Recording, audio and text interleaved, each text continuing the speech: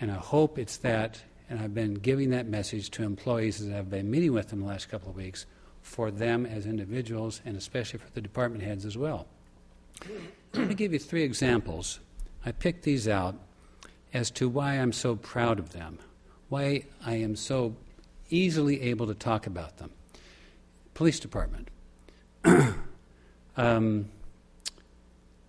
I'm not sure in any of the other 3 cities that I worked in that I could have the assurance and the comfort of what I'm going to describe to you. If we get 5 or more complaint calls on one address, a single address in this city, an officer is assigned to go cure the problem, to go find out what needs to happen, what needs to take place, so that we don't keep having these phone calls. But it's not for us, it's for the neighbors. The calls are coming from the neighbors. You know, the livability of their neighborhood has gone sideways. And the city police department takes care of those problems. All politics is local. And in local government, that means it's in the neighborhood people live in, or possibly the place where they work.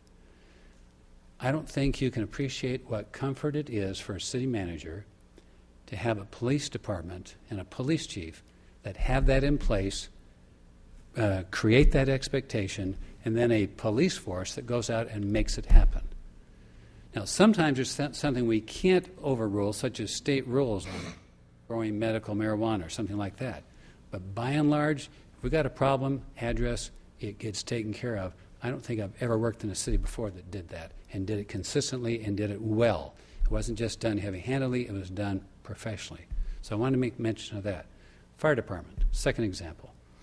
A while ago, a few years ago, a man suffered a heart attack.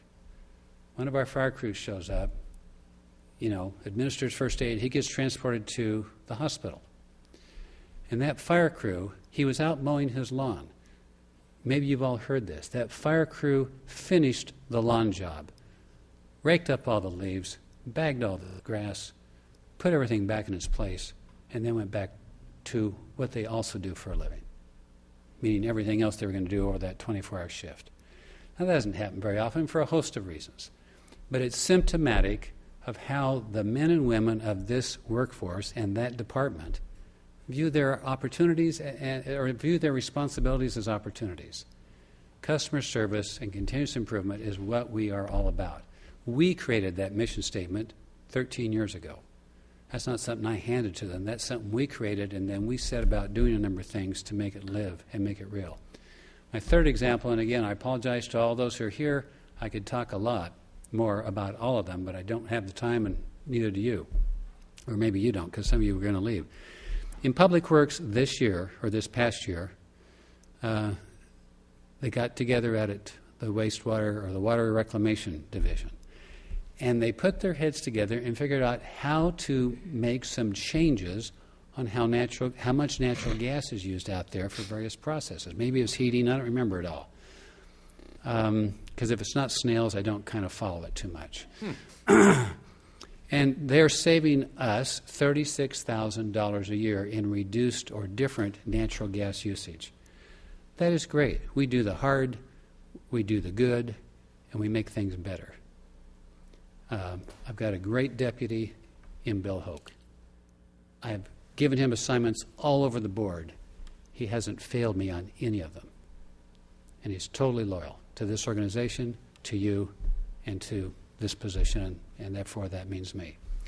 I have a secret that I suppose some of you have, and that is, in my career, both in this town as well as all the other places, not a lot, but when Mike Dow needed help, and I didn't feel like talking to the Bill Hokes of life, I talked to Margaret. And her suggestion or suggestions and her ideas, her advice, were always right on. Talk about a brilliant, inspired, and insightful woman. She is the best unpaid administrative assistant I've ever had in my life. So, wanted to share that with you. I think I'm about done. Yeah, I am. I would say it again. My career has been a great adventure. I can do things today. Medford's been the capstone of my career. I've been stretched here the last few years Because of your desires to see much more happen, we've worked and worked hard, and we feel pretty good about what we've been able to help you with and produce. So I appreciate that. This is a beautiful place to end my career as a city manager. Thank you for giving me that opportunity and for being able to work with you all. I appreciate each and every one of you.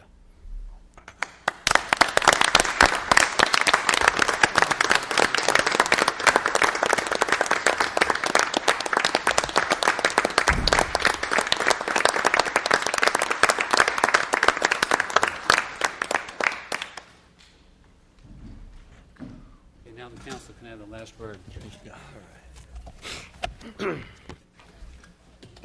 Anything else under city manager, Mr. Dial? That'll do for now, Mayor. Thank you. Okay. Well, at this point, we'll go into propositions and remarks from mayor and council members.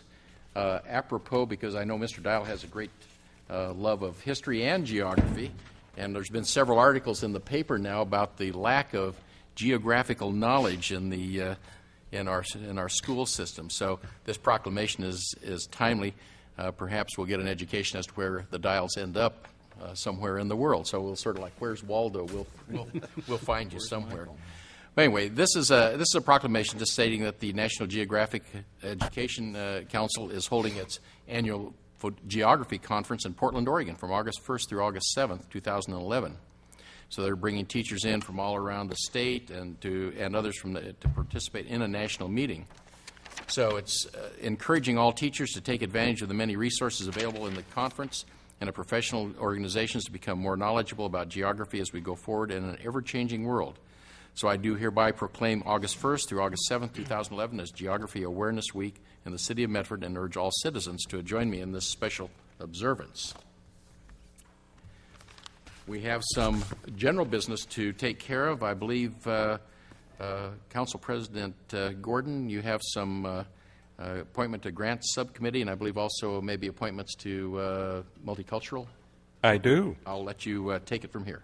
Okay. I'm proposing to you, and I think you are expecting from me, a list of 9 individuals to serve on the General Fund Grants Subcommittee. From the Council, Jim Kuntz, Al Densmore, John Michael. From the Medford Budget Committee, Ed Fallon, Dave Culbertson, Robert Bartolini. From the community at large, Kathy Davis, who I think everybody here knows used to work for the city. Maureen Swift, who is a member of the Police Advisory Committee and who is chair of the Police Advisory Committee. Donnie Borchert, who was recently interviewed by the these guys are passing notes back and forth. They're distracting me. I'm sorry. At least they're not doing it on their iPads. I forgot. We have one member up here that doesn't have an iPad. Saving a little budget money. Donnie Borchert, we recently interviewed and selected her to serve on the Arts Commission, and she has also agreed to volunteer to serve on the General Fund Grants Subcommittee. So those would be the 9 individuals, and I move that we appoint these 9 individuals to the General Fund Grants Subcommittee. Second. And have a second for Mr. Strasser.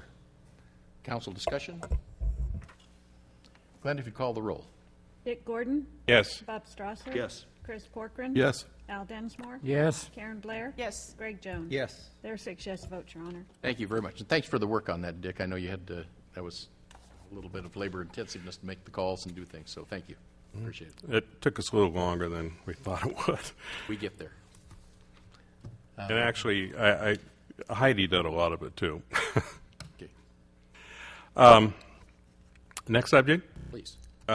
We have 2 vacancies, partial term vacancies on the Multicultural Commission. The terms would expire on January 31,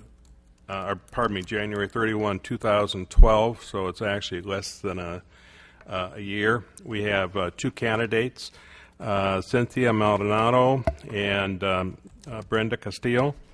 The council and mayor have interviewed these individuals. I did not because I wasn't present that day.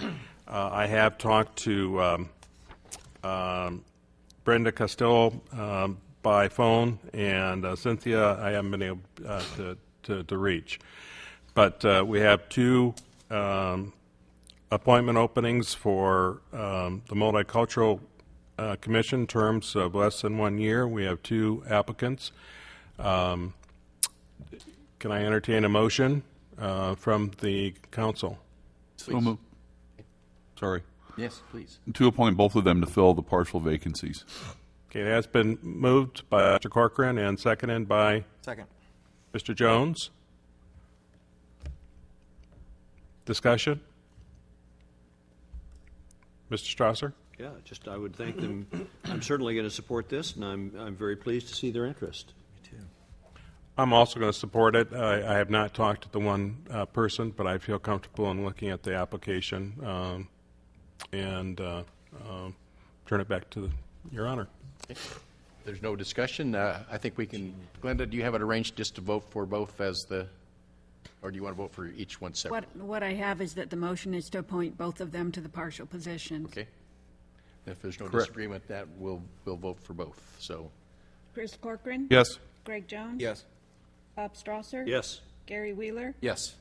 Karen Blair. Yes. Al Densmore. Yes. Dick Gordon. I vote yes on Brenda Castillo, and I abstain on Cynthia Maldonado. How do I announce the result? Okay. There are 7 yes to one of the applicants and 6 yes and 1 abstention to the other. Okay. So they will be sent a letter of affirmation that they're on the Multicultural Commission and welcome them. So we'll take care of that. Dick, thank you very much. Council committee reports. Your Honor? Yes, please. Just one briefly. On the 12th of July, I attended the Rogue Valley Area Commission on Transportation. One really good news item, the ODOT staff were able to locate some unallocated resources on the Exit 19 project that could be reallocated to the Talent Project, which, as you recall, lost by a vote of 10-9 at the previous ACT meeting. And it felt very good for us to be able to fund the Talent Project because Talent had been sort of out there in terms of its commitments to make this project happen. And I think it will be a benefit not only to the city of Talent, but because of its positioning on Highway 99, it's going to be a benefit to the entire region. So I was glad to see that be able to happen. That we had also interesting reports on the progress of the I-5 corridor plan and also on the current effort on the part of the Department of Land Conservation and the Department of Transportation in response to a Senate Bill 795 that passed. And as you recall, we may have discussed in Cindy Roberts' report, that will be a topic that's going to be very important in the months to come. Because, as you recall, Senate Bill 795 provides that if the transportation planning rule isn't revised to meet the desires of the Legislative Assembly, they have a desire to rewrite it in their own fashion. So I'd like to see us make sure that we monitor, in particular, the I-5 corridor plan and this transportation planning rule. And I look forward to working with the council and the staff and trying to help us do that. Thank you, Mr. Densmore. Further reports. Mr. Jones. Just real quickly, the Cemetery Commission met on the 12th of this month, and I was really glad to see that Lane and Renee were both recognized for all their volunteer efforts up at the cemetery. They pretty much adopted that place, and they're up there every week providing maintenance to that place. And if you have an opportunity, please do go up. There is a scout project that is being completed. It's a new storage facility in the building, which was sorely needed as well. And if you haven't been up